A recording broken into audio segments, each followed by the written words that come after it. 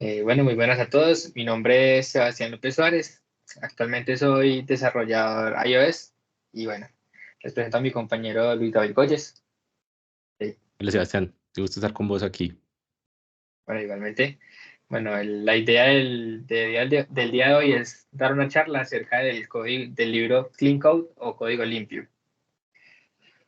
Entonces, bueno, el libro nos empieza dando una pequeña introducción y lo primero que nos muestra es esta imagen y nos dice lo siguiente, que la única medida válida para medir la calidad del código son los WTFs por minuto que tiene pues un code review, que dice ese code review es cuando un compañero o un referente nuestro revisa código que nosotros hayamos desarrollado. Entonces, como podemos ver en la puerta de la derecha, tenemos pues una cantidad prudente de WTFs con diferente intensidad y a esto es a lo que podríamos llamar un mal código. Y en la parte de la izquierda tenemos otra puerta que únicamente contiene dos WTFs simples y esto es a lo que podríamos llamar un buen código. Personalmente, ¿yo qué podría deducir de esta imagen? A pesar de que nosotros, digamos, le demos el nombre a algo como buen código, no significa que todas las personas van a estar de acuerdo en que eso es un buen código. Existirá una persona que tal vez diga, no, a mí no me cuadra el nombre de esta variable, el nombre de esta clase, o tal vez el nombre no representa su significado, su función. Entonces, bueno, ahí es donde podríamos entrar en discusión, pero son medidas muy bajas de, digamos, de corrección. Entonces, por eso se podría llamar un buen código. Ahora, aquí nos podríamos hacer nosotros la pregunta, ¿cómo estamos seguros de que queremos abrir la puerta correcta o que estamos dentro de la puerta correcta? Aquí la única respuesta que nos proporciona el autor era la maestría. Y bueno, ¿qué significa maestría? La maestría es como la unión del conocimiento y el trabajo. Y el autor aquí nos daba un ejemplo, digamos, muy intuitivo que estaba relacionado con el hecho de aprender a andar en bicicleta. Yo, digamos que yo tengo un compañero o un hijo y le quiero enseñar a montar bicicleta. Yo le podría explicar a él todos los principios físicos básicos de montar la bicicleta, que puede ser esto, no sé, movimiento angular, fricción, gravedad.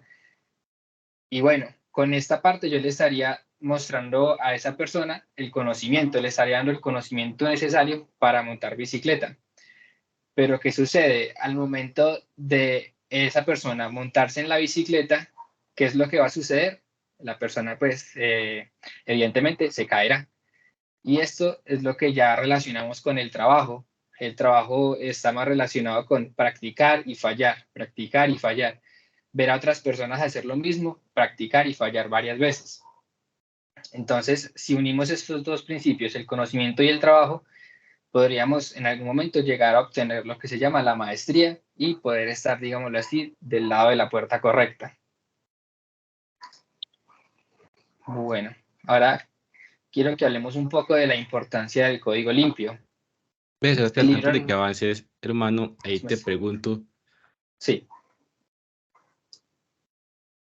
¿qué criterios vos personalmente usas para decir que un código es what the fuck?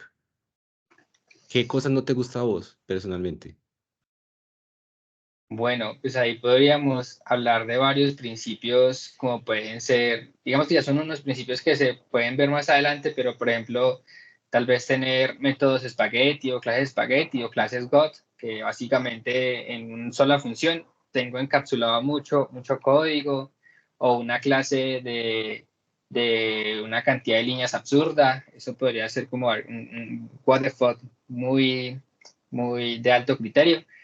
Y ya digamos que podríamos, los más bajos podrían ser, no sé, que el nombre de una función no cumpla con lo que realmente hace, o también esto aplicaría para clases, para variables. Bueno, digamos que esos serían como los principales what the fucks que se me ocurren en este momento.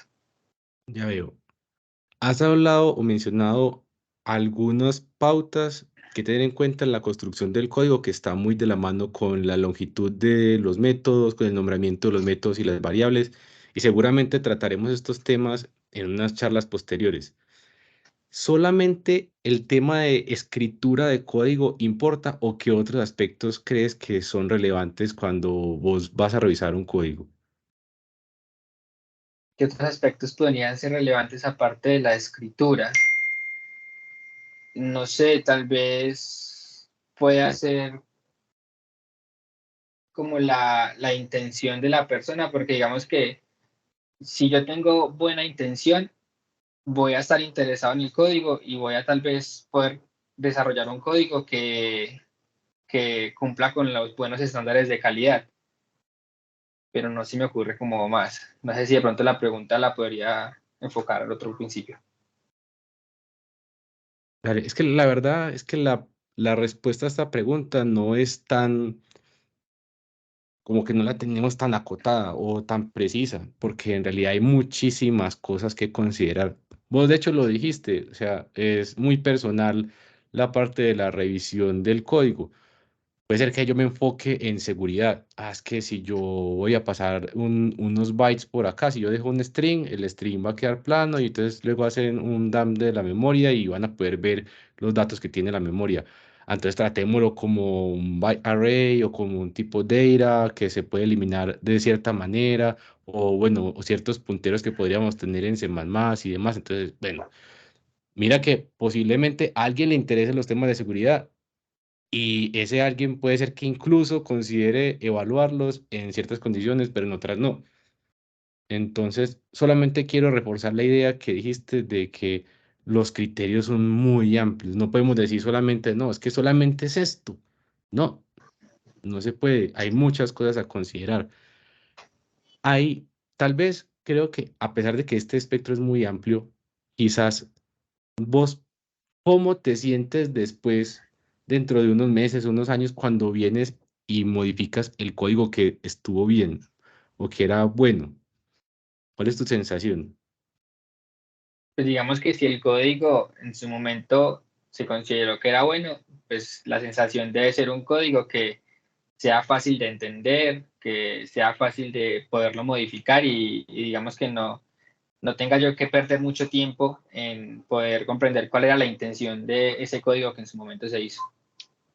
Eso, me parece que ese es un muy buen primer criterio, ¿cierto? Y de hecho lo dijiste, la intención de la persona que escribe. Si vos puedes leer fácilmente la intención, entonces estamos hablando de un código limpio. Y Exacto. bueno, dale, dale hermano, te cedo la palabra. Listo.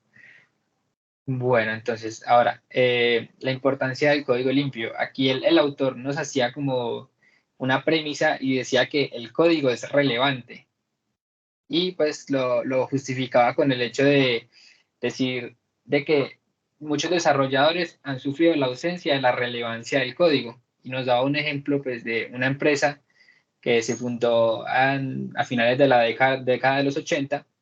Y bueno, esa empresa creó un producto innovador que todo el mundo compró, todo el mundo usaba. Bueno, pero a medida que esta empresa iba incorporando nuevas funcionalidades al producto, el producto se volvía lento y bueno, ya iba perdiendo digamos, la novedad que tenían los usuarios ante este.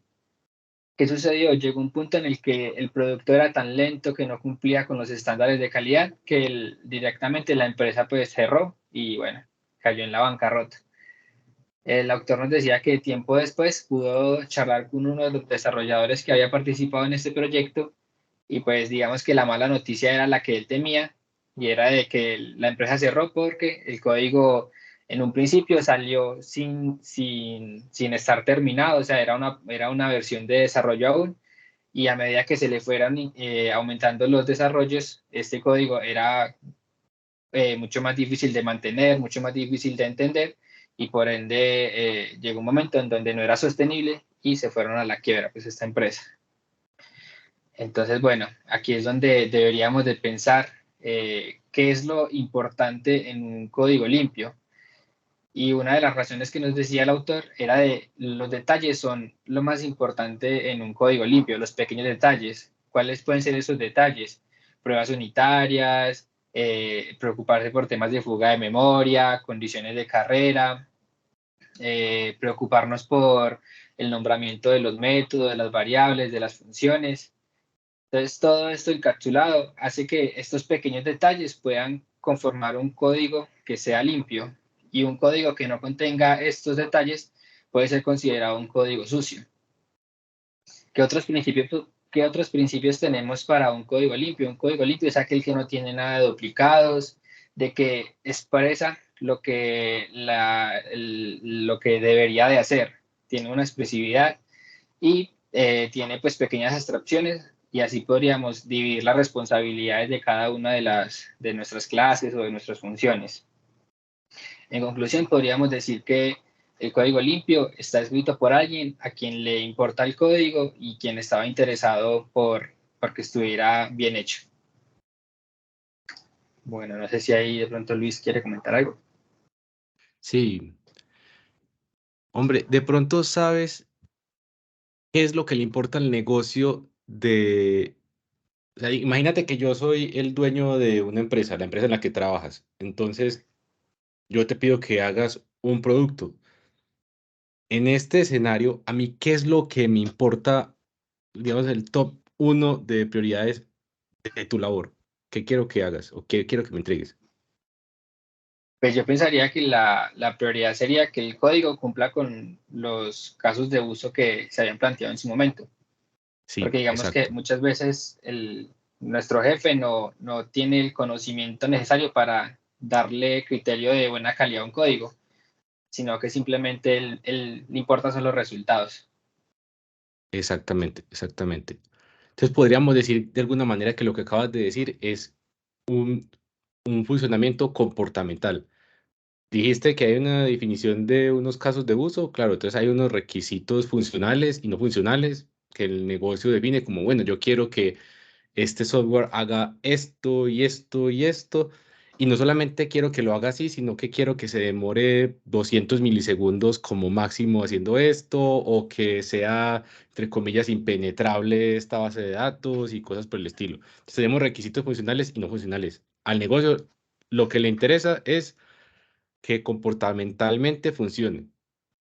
Ahora bien, si, si tu software cumple todo comportamentalmente, pero no se puede cambiar, el día de mañana el negocio, ¿qué puede hacer para seguir agregando funcionalidades?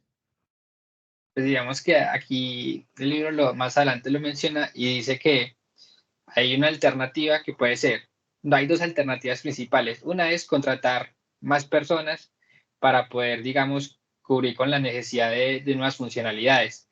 Pero esto implicaría de que esas personas tengan que llegar a entender un código que está mal hecho, un código que no es tan entendible. Entonces, ¿esto qué va a generar? Más pérdida de tiempo, más pérdida de dinero. La Ujú. otra sería crear el producto desde cero, crear un nuevo equipo, tener una célula aparte que se encargue pues de volver a crear el producto desde cero, y podríamos decirlo con buenas prácticas. Pero bueno, el libro nos ponía un caso de ejemplo en donde él decía que pasó algo muy similar a esto, crearon un nuevo equipo y al cabo de 10 años que terminaron el proyecto, ya los desarrolladores que habían iniciado en este ya no estaban en él, y los desarrolladores que ahora estaban decían que el producto que estaban desarrollando actualmente era un producto lento, que no cumplía con estándares de calidad. Entonces, que era algo que suele suceder muy a seguido y se repite pues este ciclo muchas veces. Sí, listo. Es cierto lo que dices. Si el producto es difícil de cambiar, de modificar, lo más seguro es que voy a tener que traer gente, invertir mucho dinero y me va a costar un montón cambiarlo, ¿cierto? Entonces, digamos que del lado del negocio, a ellos les va a representar una inversión más grande. Si el negocio invierte cierto dinero, pues quiere que su producto sea fácilmente modificable, que a futuro no le cueste demasiado. ¿Sí me voy a entender? Mira que mencionaste el caso de construir el producto desde cero. Entonces, hombre, si yo invierto 1.000 millones de dólares en una aplicación y al cabo de 10 años me toca echarla a la basura y volverla a empezar, eso no es rentable. O Exacto. sea, Sí. boté la plata. Y por esa razón es que hay dos aspectos hay intrínsecos dentro del desarrollo de software. Bueno, en principio es en el software como tal. un aspecto comportamental, que es lo que le importa al negocio hoy. El negocio vive con afán y quiere responder a las necesidades del mercado. Entonces, bueno, yo quiero hacer esto ya. Necesito que mis desarrolladores me hagan esto ya. Entonces, este es el aspecto comportamental. Y está el otro aspecto que es estructural. El estructural básicamente se refiere al hecho de que el software tiene la capacidad de crecer, que es fácilmente modificable. Entonces, si tenemos un software que es completamente funcional, es decir, comportamentalmente hablando, pero no está bien para nada en términos estructurales, el día de mañana toca volver a hacer el producto desde cero. Exacto. Y el otro escenario es, ¿qué pasa si yo tengo algo estructuralmente súper bien, pero comportamentalmente no está bien? ¿Qué pasaría ahí? También se estaría perdiendo dinero porque se creó un producto que tiene muy buenas estructuras, pero no cumple con lo que se esperaba, entonces por ende no sirve. Exactamente, exactamente. Entonces, ambos factores son vitales. Lo número uno es lo comportamental, porque si el negocio no produce plata, a mí me echan el día de mañana, o sea, yo pierdo el empleo y bueno, entonces ni modo, salgo a la calle y tengo que buscar trabajo. Pero si estructuralmente está mal, al empleador le va a salir cobrando una factura dentro de unos años donde dice, no, es que vea, tocó refactorizar esto y esto otro y no queda bien. Entonces, el, em- generalmente el cliente se enfoca en lo comportamental, o sea, ellos ven lo comportamental, pero nosotros como ingenieros debemos garantizarle ese aspecto estructural. O sea, ellos nos están Exacto, pagando para hacerlo con mucha calidad. Listo. La calidad significa entregar el aspecto estructural de muy alta calidad, la más alta calidad que podamos entregar. Y eso entonces, adicional al tema que acabaste de mencionar de que se vea bien, o sea, que sea legible, que los desarrolladores lo puedan mantener, es también de cara al negocio pues como un acto de profesionalismo, de respeto también hacia ese trabajo que estamos haciendo, por el cual nos están pagando y entregamos la más alta calidad posible. exacto. Dale, dale. Eso era lo que quería decir. Listo. Entonces aquí hablamos un poco ya de el costo oculto del código sucio. Ahora, el autor nos decía que a medida de que nosotros como desarrolladores íbamos pasando el tiempo en diferentes compañías, nos encontrábamos con los desastres cometidos por otros desarrolladores y a medida de que pasaba el tiempo, pues era mayor la cantidad de desastres que íbamos conociendo. Entonces, ¿qué significan estos tipos de desastres? Que va a haber pérdida de tiempo y va a haber un aumento de costos, porque todo lo que tenga relación con tiempo está relacionado con dinero. A mayor tiempo, pues mayor costo tiene todo. Y a medida pues de que el proyecto va creciendo y si estas prácticas, digamos, sucias no se corrigen, entonces la pérdida de dinero va a ser aún mayor. Y aquí, bueno, aquí es donde, como charlábamos ahora, cuando nos encontramos frente a un código sucio o un código que está mal implementado, tenemos las dos alternativas que nos proporcionaba el autor, que una era contratar pues, nuevo personal, pero pues esto no era lo más eficiente, ya que nuestro código es difícil de entender, difícil de leer, difícil de modificar y de mantener. Entonces, esto iba a hacer de que esa persona que iba a entrar nueva iba a perder demasiado tiempo y por ende, esto significa dinero.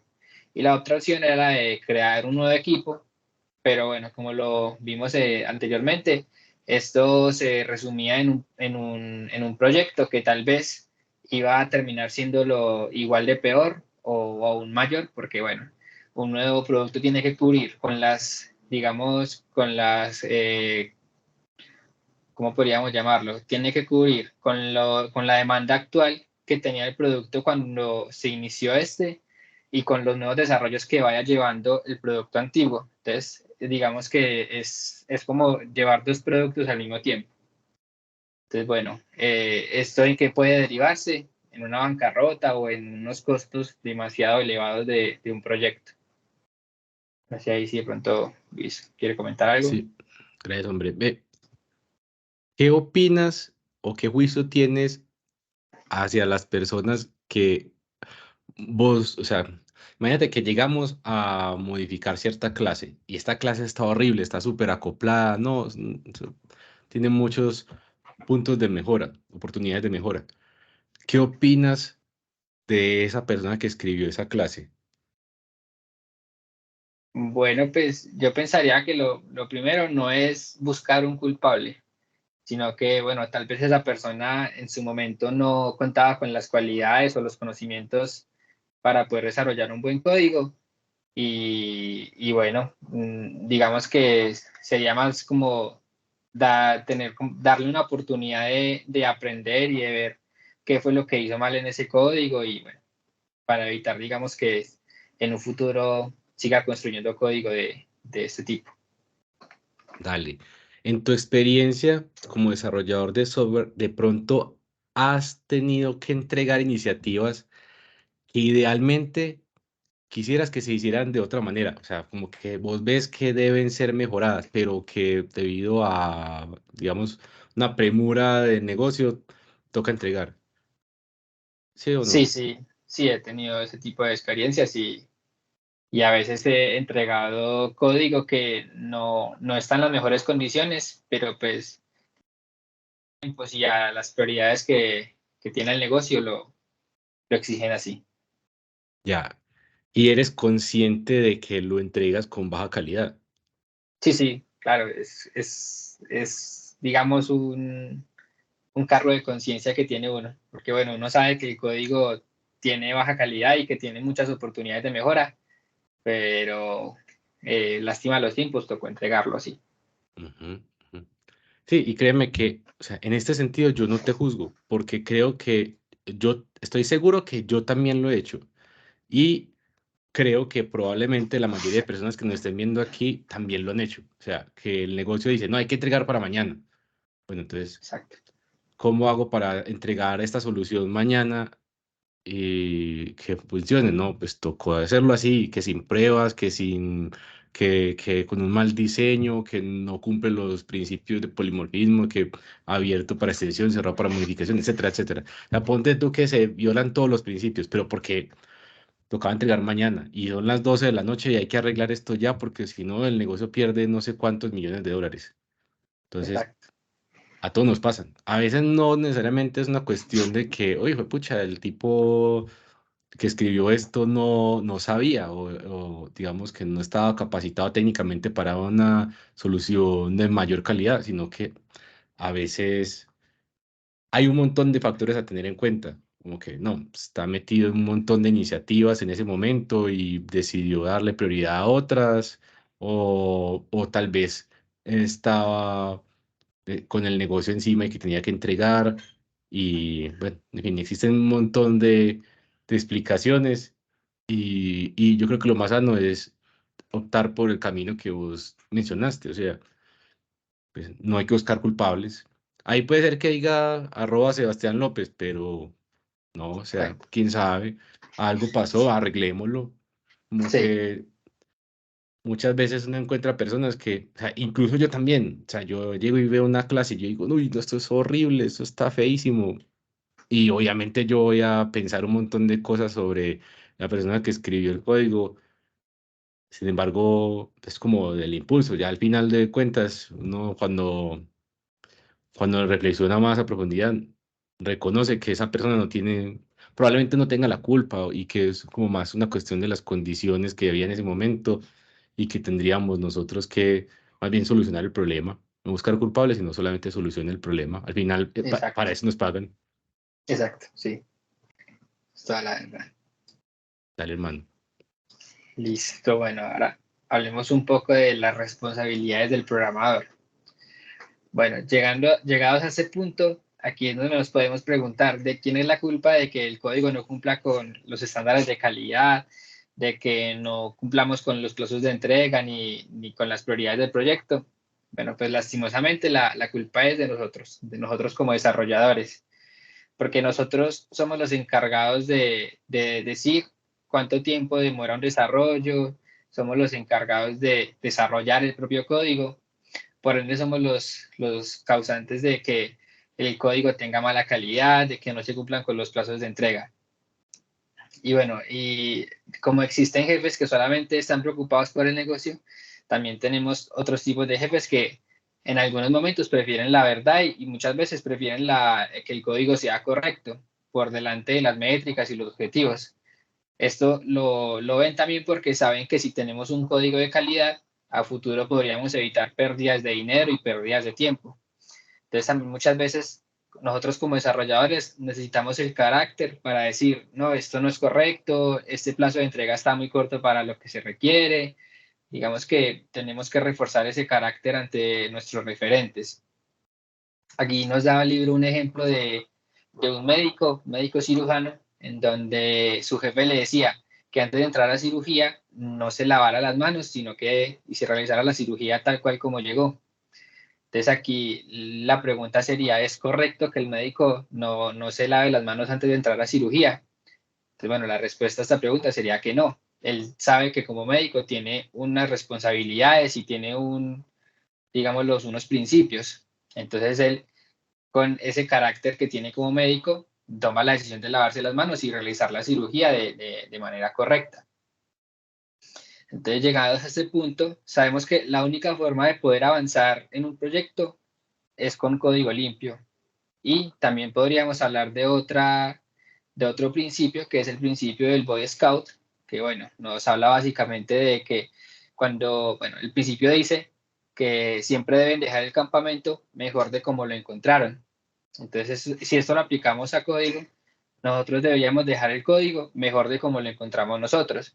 Si nosotros vemos de que tiene comentarios que no tienen significado, de que tal vez algunos métodos no cumplen, no tienen un nombre que represente lo que hace realmente, nosotros modificamos esto y vamos haciendo que poco a poco el código mejore, digamos, con esos pequeños pasos. No sé si ahí quiere comentar algo, Luis. Sí, yo creo que para empezar, yo estoy completamente de acuerdo con la idea de que necesitamos producir código de alta calidad. ¿Qué pasa ahí? Que no me gusta en ocasiones la mirada dogmática que se le da a este tipo de libros. ¿Qué quiere decir esto? Que básicamente es que en los libros de Robert Martin, el señor don Roberto, nos dice es que tiene que hacerse así, usted tiene que pelear por los tiempos, tiene que decir que no, etcétera, etcétera. Eso es el mundo ideal. Y vamos a procurar en la mayoría de los escenarios, si no es que en todos, hacerlo así. Sí, lo que pasa es que en ocasiones no se puede hacer, no se puede poner las pruebas automatizadas. Ah, que es que yo quiero. Claro, mis principios me dicen póngala. Sin embargo, ¿qué pasa si tengo que entregarlo ya, mañana? Y es una sección de código y para hacerle pruebas, como es un código legado, pues es muy difícil hacer las pruebas y demás. Bueno, no se pudo. Algo sí es cierto, y es que a pesar de la gravedad de la situación, la ley del Boy Scout se aplica. O sea, claro, vivimos en un mundo bastante desorganizado. La entropía del código tiende pues, a volver a irse al carajo. Entonces, a pesar de que todo esté en función de hacer un mundo más desorganizado, nosotros sí tenemos la capacidad de mejorar al menos un 1% la calidad de ese código. Lo que quiero decir es que no quisiera que tomáramos muchas de estas ideas del libro de forma radical, como de forma dogmática. No, es que yo voy a la iglesia, Padre y Espíritu Santo, y este libro, no. Don Roberto, muchas gracias por poner esta Biblia aquí.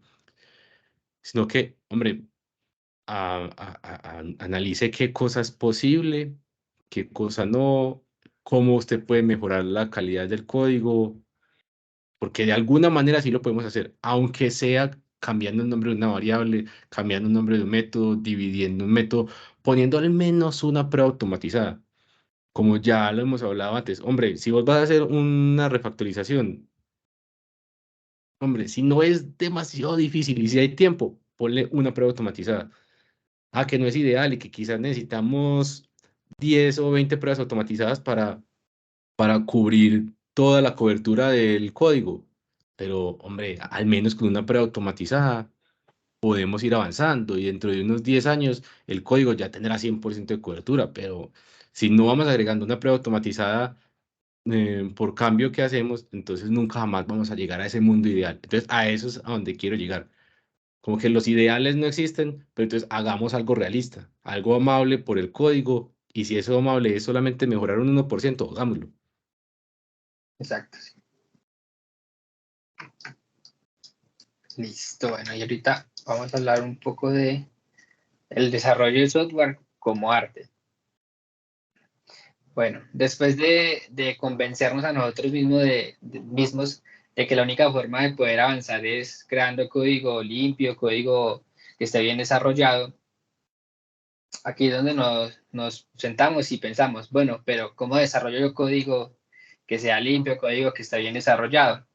Y aquí el libro nos da una similitud con el hecho de pintar un cuadro. Muchas veces podemos ver un cuadro o una pintura y podemos juzgarla y decir, ese cuadro es una obra de arte completamente. Y también tenemos la capacidad de, si vemos un cuadro que, digámoslo, un poco pobre de arte, podríamos también tener ese prejuicio y decir, no, ese cuadro está horrible. Y esto también lo podemos ver en el código. Podemos tener desarrolladores que tienen la capacidad de ver un código que está mal hecho. Pero la pregunta aquí sería, ¿somos capaces de hacer un cuadro que todo el mundo diga, ese cuadro es una obra de arte? ¿O somos capaces de modificar el código y poder convertir un código sucio en un código limpio? Entonces, bueno, aquí es donde tenemos dos tipos de programadores. El programador que no cuenta con ese sentido, él va a ver el código, va a decir, este código está horrible, pero él no va a saber cómo proceder, no va a saber cómo poder modificar el código para mejorarlo. Y tenemos el programador que sí tiene esta capacidad, que ve soluciones, plantea varias estrategias y escoge la más óptima. Digamos que este tipo de programador es capaz de coger un lienzo en blanco, o podríamos decir un código sucio, y convertirlo en una obra de arte o en un código elegante, un código limpio. A esto nos referimos con que el desarrollo de software podría verse relacionado con el arte. No sé si quiere agregar un comentario. Sí, un comentario bastante pequeño, y es que, mira, eso, el segundo tema que mencionaste ahí, de que hay una persona que sabe qué es lo que hay que hacer y entonces va y lo modifica, eso no es muy común. Generalmente nosotros vemos un código en mal estado y lo dejamos en mal estado. No queremos ir a modificarlo. Que no tiene pruebas. No, yo no le voy a hacer pruebas. ¿Y quién va a desacoplar eso? Yo no sé, yo no. Yo trato de poner mi línea como un cirujano, corto con el bisturí, la meto ahí, cierro, coso y ya, me voy. Y o sea, puede que sea peyorativo el término, sin embargo, pues no encuentro otra manera de describirlo, pero esa mediocridad hace que el software justamente decaiga en calidad conforme pasa el tiempo.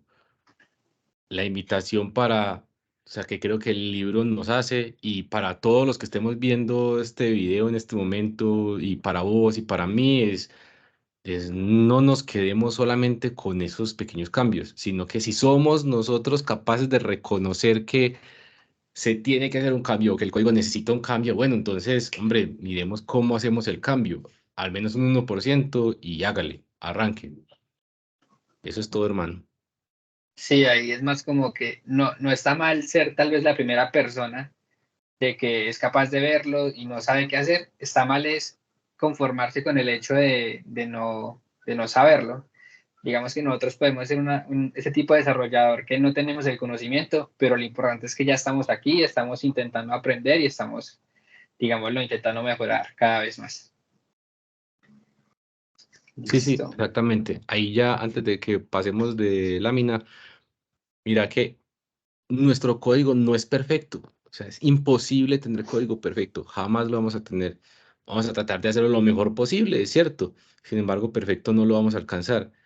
Y pues de ahí, o sea, esta tarea de crecimiento continuo nunca va a parar. Si yo veo un código mío de hace un mes, yo veo oportunidades de mejora. De hace 3 meses, más oportunidades de mejora. Hace un año, uy, no, qué bruto, cómo hice tantas cosas. Entonces, es natural y antes debería ser lo que nosotros como desarrolladores tendríamos que ver, que crezcamos y si no crecemos en conocimiento y nos estancamos, pues ahí algo estamos haciendo mal. Exacto. Dale, hermano. Gracias. Listo. Ahora quería que hablemos un poco del acto de leer el código. Nosotros tenemos que ser conscientes de que nosotros somos autores de lo que nosotros estamos desarrollando, de lo que estamos, digámoslo, escribiendo. Por ende, es necesario que entendamos que como autores, en algún momento vamos a tener a otros actores que lo llamamos los lectores. Y por ende deberíamos de preocuparnos de que esos lectores, digamos, al momento de leer nuestro código, sean capaces de entender la idea que teníamos, que queríamos desarrollar en ese momento, de que sea claro, de que vean nuestro código y básicamente lo único que puedan hacer es asentir la cabeza. Pero bueno, sabemos que el código no es perfecto, siempre tendrá algo por modificarse, pero sí es importante entender de que nuestro código en algún momento va a ser leído por otras personas o tal vez en el futuro por nosotros mismos. Y el autor nos decía que muchas veces cuando queremos realizar un cambio en un código, gastamos más tiempo leyendo el código que lo que desarrollamos.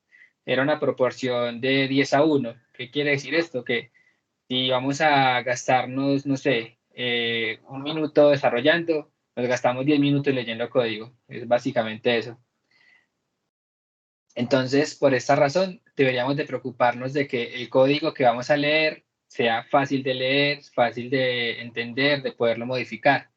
Y ya con esto, pues podríamos garantizar de que estos tiempos de 10 a 1 tal vez disminuyan un poco. Si va a comentar algo más. No, nada, todo bien. Creo que ya lo dijiste todo. Listo. Y ahora también es importante recalcar que el código es un medio de comunicación. Nosotros tenemos que tener presente de que nosotros no solamente estamos desarrollando para un compilador o para una máquina, también desarrollamos código para que, como hablamos anteriormente, otras personas lean. También desarrollamos la idea de que el código sea un medio de comunicación. Si nosotros desarrollamos un código bien estructurado y fácil de entender, esto podría aumentar la eficiencia del equipo porque la comunicación va a ser más fácil. Podríamos facilitar la colaboración entre diferentes personas del equipo y también podríamos hacer que el código sea más fácil de mantener pues, en un futuro. Entonces, bueno, esto es lo que queríamos mencionar por comunicación. Si quiere agregar algo ahí. No, nada, todo bien. Creo que todo claro. Y bueno, aquí ya damos por terminado pues nuestra charla. En conclusión, la idea pues de estos videos es que a futuro podamos entender un poco más cuál es la intención de declarar bien una variable, un método, una función, que entendamos bien cómo darle propósito a una clase. Y bueno, en conclusión, vamos a trabajar mucho, se va a leer demasiado código. Pero bueno, la idea es que siempre estemos ahí y le dediquemos el mayor esfuerzo posible, porque la verdad que, bueno, es un libro que nos promete demasiado. Y bueno, muchas gracias por estar aquí. El mensaje de la charla de hoy sería: haz del código limpio una prioridad. Si ahí quiere comentar algo. Gracias, hermano. Sí, sí quiero agregar una única cosa más y es que quizás si alguien está viendo este video y siente que se siente ansioso porque quizás no cree saber lo que necesita saber para hacer un código de calidad, le digo que no se preocupe. O sea, pues, obviamente tiene todo el derecho de sentirse preocupado y obviamente tiene todo el derecho de sentir esa ansiedad y querer hacerlo todo ya. Sin embargo, el desarrollo de software es una maratón, no es un sprint, no es una carrera de 100 metros, es una maratón que va a durar mucho tiempo. Nuestra carrera es de muchos años de aprendizaje continuo, que vamos a aprender poco a poco, todos los años, y vamos aprendiendo nuevos conceptos, nuevos patrones, nuevas estrategias para implementar en nuestro código y hacerlo de mayor calidad. Así que es un camino muy largo. Y también los invito a todos, a vos también, Sebastián, a que nos mantengamos siempre en ese aprendizaje continuo, que no perdamos esa capacidad de asombro, esa curiosidad por cómo hacerlo mejor. Escribimos un código y terminamos y bueno, antes de considerarlo terminado, preguntémonos cómo lo mejoramos. ¿Será que estoy duplicando código? ¿Dónde lo puedo arreglar? Y no lo consideremos ya como terminado. Pidámosle ayuda a algún conocido para que le eche una revisión y si de pronto ve alguna oportunidad de mejora, pues lo hacemos. Y ahí aprendemos. Y ya, eso es todo. Entonces, muchas gracias, Sebastián. Hombre, la charla estuvo excelente. Creo que fue maravilloso el espacio y ya estoy ansioso de que tengamos la próxima. Eso sí, próximamente ya estaremos charlando sobre el capítulo 2. Muchas gracias a Luis y también a las personas que vieron este video. Nos vemos en un próximo episodio.